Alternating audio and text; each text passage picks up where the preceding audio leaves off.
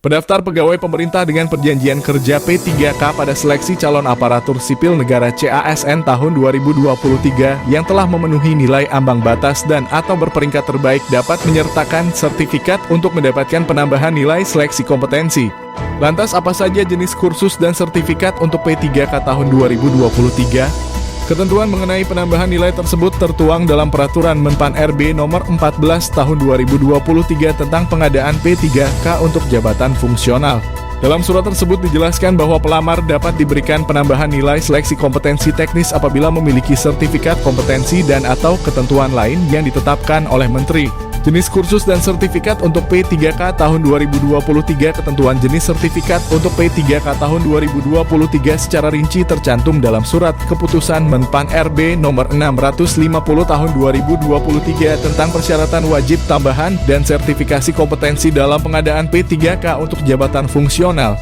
Ada beberapa jabatan yang mencantumkan lebih dari satu jenis sertifikat kompetensi sebagai tambahan nilai. Akan tetapi pelamar hanya dapat memilih satu jenis sertifikat yang digunakan sebagai tambahan nilai.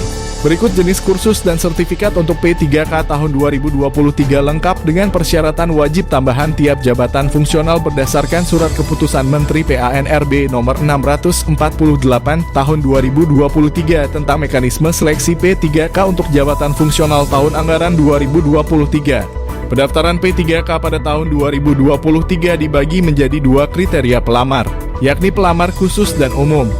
Adapun pelamar dengan kebutuhan khusus meliputi X tenaga honorer kategori II dalam kurung X THKII atau tenaga non-aparatur sipil negara dalam kurung tenaga non-ASN.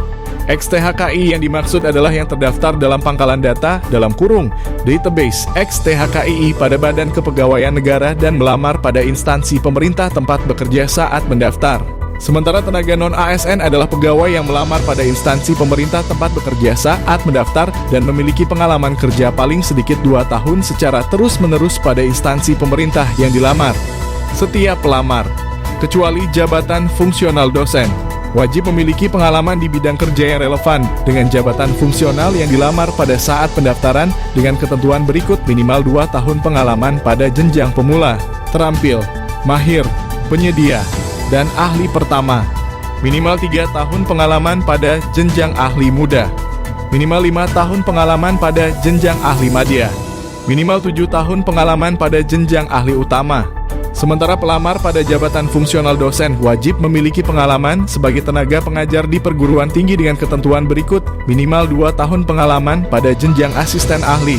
Minimal 3 tahun pengalaman untuk kualifikasi pendidikan S3 dalam kurung doktor pada jenjang lektor. Minimal 5 tahun pengalaman untuk kualifikasi pendidikan S2 dalam kurung magister pada jenjang lektor. Minimal 5 tahun pengalaman pada jenjang lektor kepala. Seluruh pengalaman pelamar harus dibuktikan dengan surat keterangan bekerja yang ditandatangani oleh pemimpin unit kerja. Adapun persyaratan lainnya akan diumumkan oleh masing-masing instansi. Bagaimana? Apakah kamu sudah menyiapkan persyaratan tambahan? Mari berdiskusi di kolom komentar.